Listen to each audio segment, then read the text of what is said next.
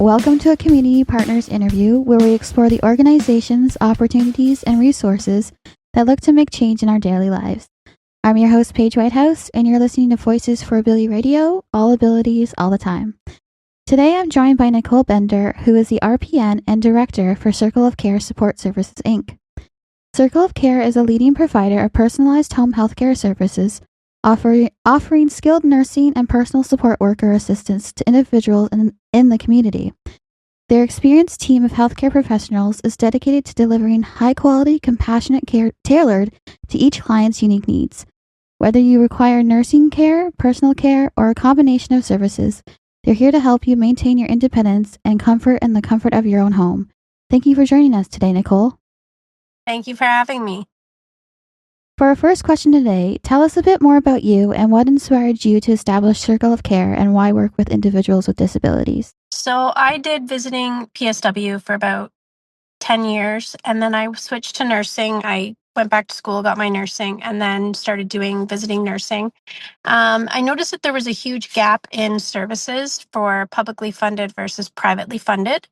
Clients were going without care. They needed extra assistance in the home.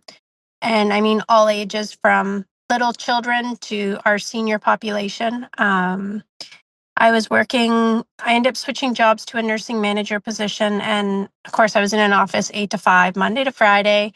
And I looked at my husband and I just said, you know what? There's a need for home care in the community and it's not being fulfilled by publicly funded services. I'm going to branch out and I'm going to start a company to alleviate the strain on the system and provide care that's needed for those that are still living at home or in facilities that need one-on-one care. My husband was a little hesitant at the idea because it was kind of a big leap, but I did, and we started in September of 2022, and we've just grown since. And while doing my research, I saw that you have a couple of services that you have to offer. Can you tell us a little bit more about those services? So we can offer PSW services. So that's personal care, housekeeping, meal prep. We can run errands or go to appointments with clients. We can offer help with exercises if a physiotherapist is involved. We can do respite. So that's our PSW side. Nursing, we can do everything from wound care, catheter care, palliative care, wellness checks, pretty much anything that can keep somebody out of the hospital except a broken bone or something quite serious. And then we also have holistic health options as well. So I can work with individuals who are looking to maximize their overall health and well-being with natural remedies, not pharmaceuticals. Can you tell us a little bit more about holistic health and some of the natural remedies that you do?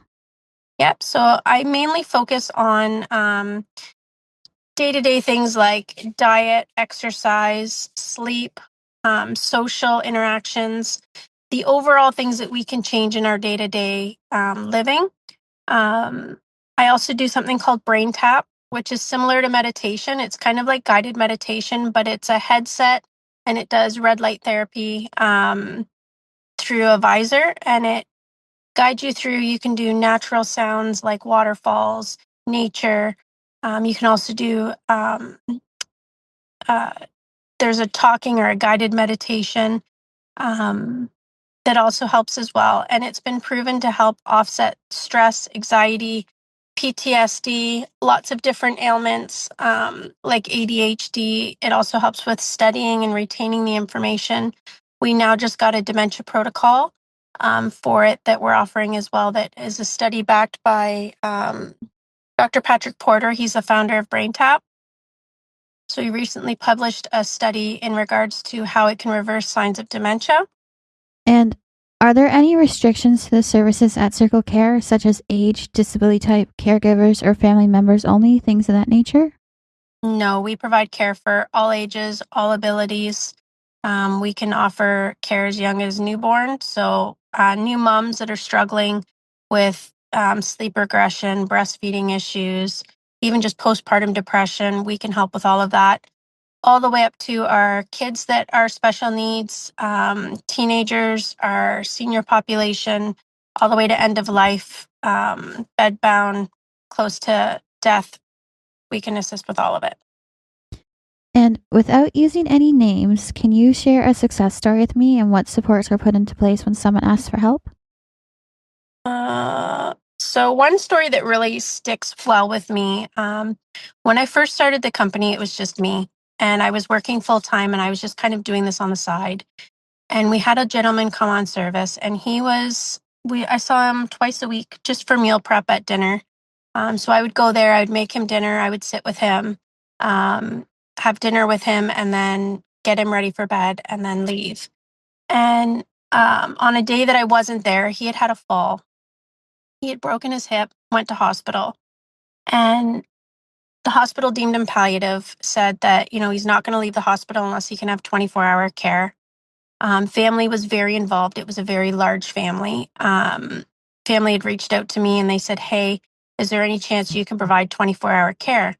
And at the time, it was just me. And I was like, you know what? Give me 24 to 48 hours, and I'll be able to do it.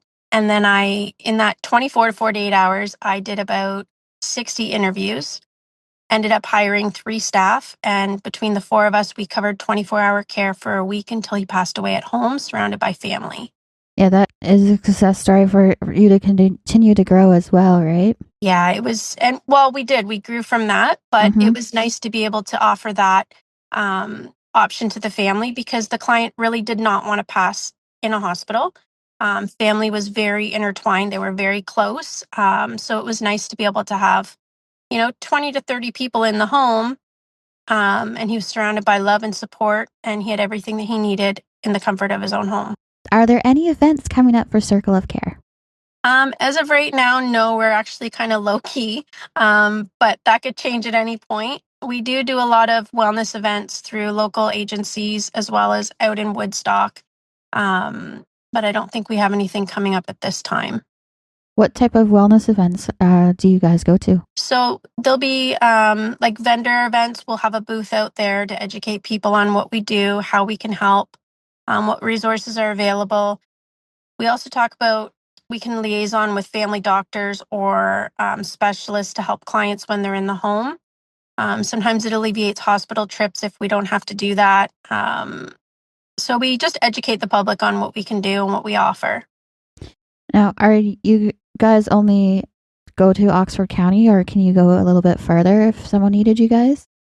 Yeah, we go within usually about an hour of Tillsonburg. So right now we're in Port Stanley, Delhi, Townsend, Woodstock, Tillsonburg, Cortland, and I think that's it. Okay. And what is the one thing you see happening over and over again to individuals with disabilities that shouldn't be, and how do we stop it? What do I see happening? People with disabilities that should not be happening.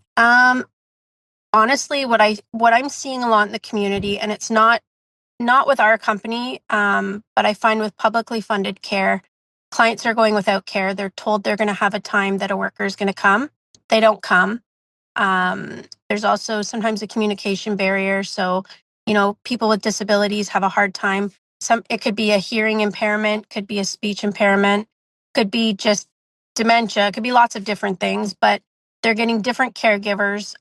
There's no relationship being built. They're not understanding what the staff are saying. Um, People are rushing. And I find with our company, we send the same staff in with the clients. We build relationships with them. We all take our time. We're not rushing through a visit. Usually, like we do a minimum of 1 hour. So when we're there, we have that full hour with them. Sometimes we do longer visits, but we have that time to dedicate to them to do that one-on-one care. And I find that doesn't happen in publicly funded services. A lot of them are just rushing through to get the job done.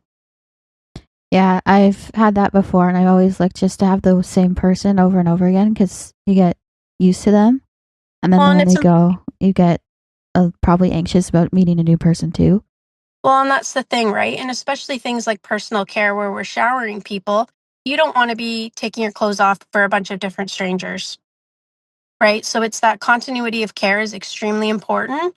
And even just building a rapport. Like if I send the same staff in to one client, say I have Mr. Smith on service and, my staff member Ashley is going in to see Mr. Smith, she's going to see if something's off quicker than if I send in 6 different workers, right? They're not going to know what his baseline is. So it makes a huge difference in just being able to manage client care and give the best care possible, as well as we get special needs kids that, we have kids with autism that come on service and we do respite. We get used to them and they get used to us. If you have a bunch of different workers going in, you don't get to build that connection, right? And you don't get to know what they like or don't like. Some kids with autism really like to be touched, some really don't like to be touched.